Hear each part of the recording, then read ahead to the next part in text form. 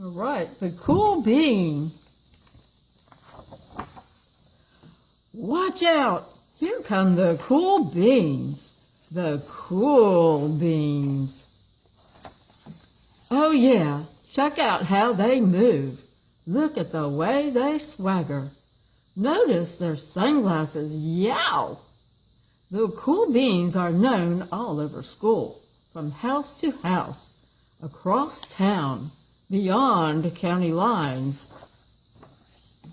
In the olden days, last year, we were all one big pot of beans.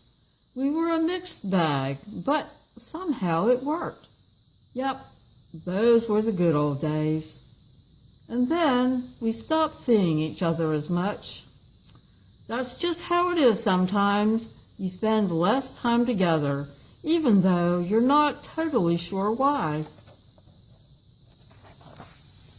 I watched as the beans I knew so well, the beans from my own pod, became the cool beans. Oh, they were so cool. One of them could play the guitar, cool. One of them could draw the best superheroes, cool. One of them could jump higher than any bean I'd ever known, cool. Me? Well, I mostly stayed the same. Sure, I made some small changes. I wore sunglasses. Too big. I slicked my hair back. Too slick.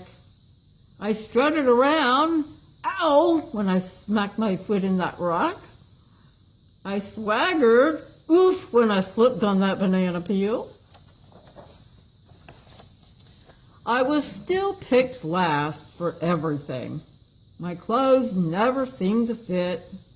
I snorted when I laughed. I walked into stuff. I was an uncool bean for sure. I started thinking of myself as just a common bean with no special skills. I couldn't compete, so I didn't even try. I'd never be a cool bean.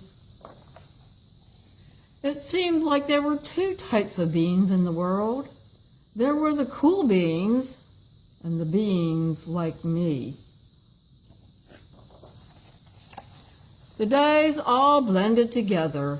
I lived my life and things were just okay. I took tests and ate lunches and mostly kept to myself. The cool beans continued being cool. I mean, sure, I missed them a bit, but it's not like I was going to say anything. I felt like all that coolness had gotten in the way of our friendship. And that's how it went until one day I was in the cafeteria. I dropped my lunch on my loafers. Oh no, not again. But then something sort of miraculous happened. Out of nowhere, one of the cool beans helped me clean it up. He didn't even say anything. He just gave me a nod. That was it. Later, I was out on the playground. I tripped and scraped my knee and maybe cried a little bit, and everybody saw it. Another one of the cool beans came to my side, and without a word, he dusted me off. That afternoon, I was sitting in class. I wasn't really paying attention. I didn't notice, but our teacher had called on me. Everybody stared. I sat there in silence. Nobody said anything. And then, everybody just laughed at me. That was it. After today, I was officially a has-been.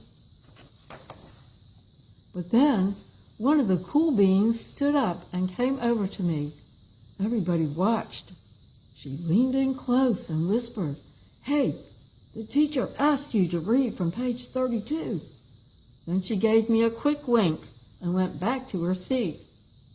It was a small gesture, sure, but it was also everything. I walked home with a goofy smile on my face. I smiled all the way through dinner. That day made all the difference. It was a day that could have been really bad if not for the kindness of a few cool beans. It gave me a shred of confidence. That shred of confidence has continued to grow. Somebody had my back, or a few somebodies. After that, I started hanging out with the cool beans again. How have you been? Get it? Get it? How have you been? Not all the time, but sometimes. At lunch, after school, even on the weekends. Love their glasses, aren't they cool? Throughout all of this, I realized that it's not about how you look or any of that other silly stuff. It's about a wink or a nod or a smile at just the right moment. It's about dusting somebody off, helping them up again, and pointing them in the right direction. You need a hand? Yes, please. Now that's cool. And that's the end. I sure hope you have enjoyed this book. I am so glad you have been reading The Cool Bean with me. So are you a cool bean like my friends? I'm sure you are. Cool. Be sure to join us the rest of the week for stories about our other Jory John friends. See you next time.